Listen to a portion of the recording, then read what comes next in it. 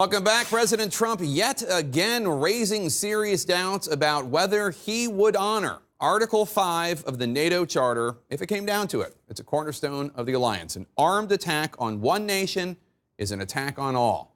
This time the president questioned whether the United States should honor its agreement when it comes to NATO's newest member, Montenegro.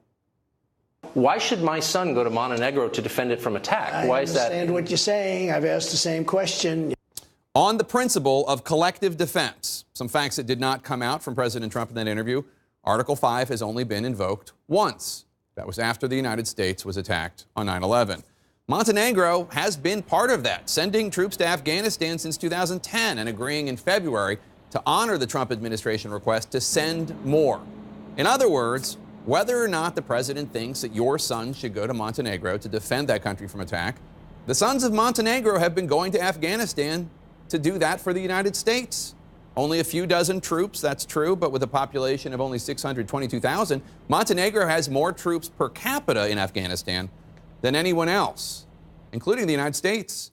The small Balkan nation joined NATO in June 2017, much to the ire of Vladimir Putin. Last year, Russian operatives were indicted for their role in an attempted 2016 coup, a plot to kill Montenegro's prime minister and overthrow the government.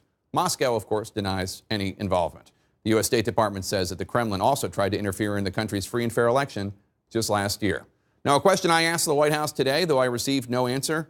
There are 28 NATO members other than the United States. Does President Trump believe the U.S. should honor its commitment to defend any of them if attacked? If not, which ones would he not want to defend? Again, no answer. CNN's Barbara Starr picks up our coverage from the Pentagon.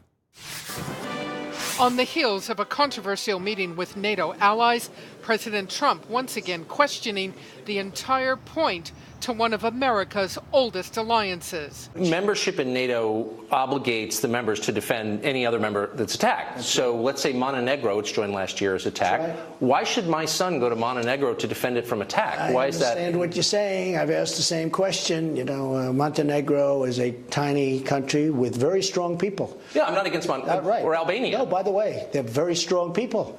They're very aggressive people. They may get aggressive, and congratulations, you're in World War III. It may be no coincidence that Montenegro, a tiny country in the Balkans, has the American president's attention. Last year, President Trump visibly dismissed the prime minister of Montenegro when he shoved him out of the way at a NATO photo op. And Russian President Vladimir Putin has been furious that Montenegro is the newest member of NATO, the country once part of Yugoslavia, itself a member of the Soviet Warsaw Pact. He has seen multiple countries lean toward the West over the last 14 or 15 years who have asked to join NATO, to include many countries that used to be part of the Warsaw Pact, that used to be part of the Soviet Union. And it irks him that he feels he's being attacked from the alliance and from the United States. I would not be at all surprised that what you heard the president say to Tucker Carlson there last night is derived from what Vladimir Putin told him during those one-on-one discussions in Helsinki. This year, Defense Secretary James Mattis making certain to congratulate the newest member of NATO. It's the 29th nation, and to see the confidence that they have from a NATO that is that open in discussion and honest in discussion. Montenegro, about the size of Vermont, has a military force of just a few thousand. It's already sent 20 troops to Afghanistan to help with security and plans to send several more. President Trump may also want to consider this. NATO invoked the Article 5 Mutual Defense Clause after 9/11 for the first time, sending patrol aircraft to the U.S. And since then, more than 1,000 troops from NATO allies have died in Afghanistan. Jake? All right, Barbara Starr for us at the Pentagon.